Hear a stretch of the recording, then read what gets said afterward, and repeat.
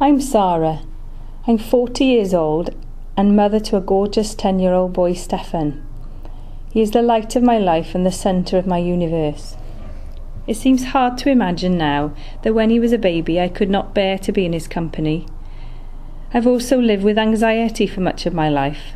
I have an overwhelming desire to be in control and achieve perfection. During times of challenge, it has often undermined my self-belief and confidence and negatively affected my well-being. I married at 24 following university and fell pregnant at 25. I wasn't ready for motherhood. I had not established my career. We were only just managing to support ourselves, let alone a new baby. However, at 14 weeks I lost my baby. It was a very traumatic experience, as the loss happened over 4 days, and after a stay in hospital due to hemorrhaging, I was sent home with no support or advice. Following my miscarriage, I became very anxious and blamed myself. Things played over and over in my mind. What did I do wrong? What should I have done differently? I threw myself into my career. My anxiety drove me.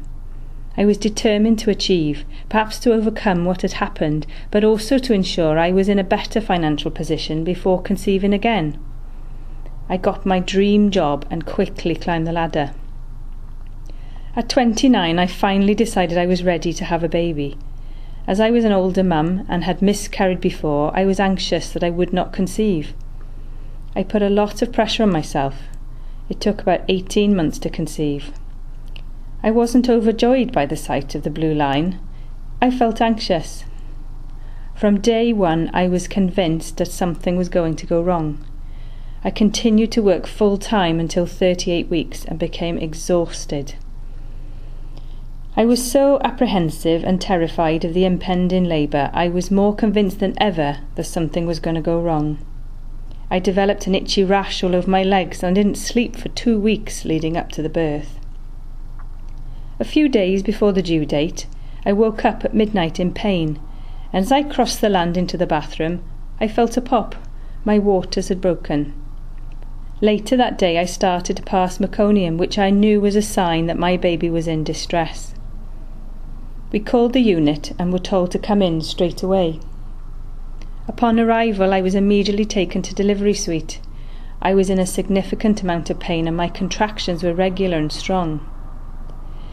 For 5 hours I stood in the middle of the delivery room, hanging on to my husband's shoulder, trying my best to move the labour forward. I don't remember much more than that. I was firmly in the zone. By 1 a.m. I was exhausted and an epidural was given. However, I was told the baby had got stuck and I was prepared for an emergency C-section. My anxiety rose. In theatre, things didn't go so well either. I started to feel very unwell. I was told, "I'm sorry, but you're losing a lot of blood. I'm trying to get your blood pressure up." I had suffered a rupture to my uterus and my ureter and had been severed. I had significant blood loss and needed 2 blood transfusions. I thought I was going to die. Thankfully, Stefan was born weighing 9 pounds 7 ounces. However, I felt empty and numb. I had no feelings towards my baby. I didn't want to hold him. My mother nursed him for the first day. I didn't care. After 4 days, I couldn't cope with the noise and lack of sleep in the ward and asked to be discharged. I fell into my mother's arms at home and bawled. Family had been invited to come to visit me, but I dreaded seeing anyone, which only made me feel more anxious. I tried to feed Stefan, but couldn't, and eventually gave him a bottle. I felt terrible, but at least he was content. Over the next few weeks, my anxiety got worse and worse. I couldn't sleep. I couldn't bear to be alone with Stefan. My mum would come to the house at 10 a.m. every morning, but by that time I'd already spent what felt like a lifetime with him. I remember wishing that my mum would offer to adopt him. I wanted to turn back time. I wanted my life to be back to normal. I didn't want to be a mother. 2 weeks after I was discharged, my mum could see that there was something wrong, despite me pulling the wool over the midwives' and health visitors' eyes. The house was perfectly presented, and each time they visited, Steph was fast asleep. This was driven by my desire to be a perfect mum and not to show that I was not coping. After all, this is meant to be the happiest time in people's lives. My mum asked if I was okay. I broke down and told her how I felt. She took Stefan for a few hours so I could go to the GP. I broke down at the GP and I was distraught. He prescribed fluoxetine. I became obsessed with getting Steph into a sleep and feed pattern. I stuck rigidly to a routine suggested in a baby book that I had picked up. This became my Bible.